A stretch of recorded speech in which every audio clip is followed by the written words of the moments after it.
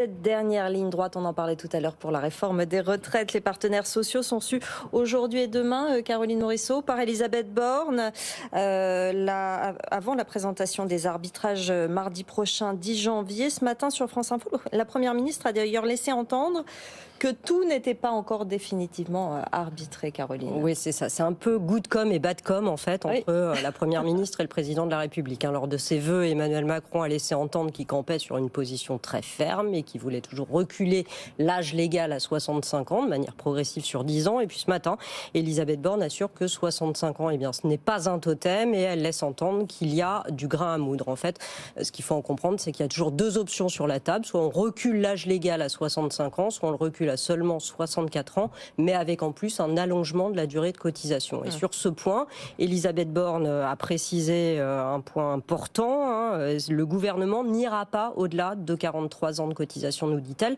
Donc ça veut dire que si le gouvernement joue sur ce curseur, sur l'allongement de la durée de cotisation, ce sera en accélérant la réforme Touraine. Pour rappel, c'est la réforme qui a été mise en place en 2014, qui prévoit de porter la durée de cotisation à 43 ans d'ici 2035, à raison de 3 trimestres travaillés, 3 mois travaillés, non, d'un trimestre, travaillé en plus tous les 3 ans, mais moi je m'y perds, ça pourrait finalement être un trimestre travaillé en plus chaque année. Donc on travaillerait jusqu'à 43 ans et pas plus, mais de manière plus rapide que ce qui est prévu aujourd'hui. Et puis, autre point important, la pension minimale sera bien portée à 85% du SMIC, c'est-à-dire autour de 1 200 € quand la réforme entrera en vigueur, uniquement pour ceux qui ont des carrières complètes et uniquement pour les nouveaux retraités. C'est un point qui restait flou jusqu'ici. Là, la ministre a bien précisé que ce serait uniquement pour les nouveaux retraités et pas les retraités actuels. Et puis, on en parlait tout à l'heure, cet autre signal fort sur l'autre réforme compliquée,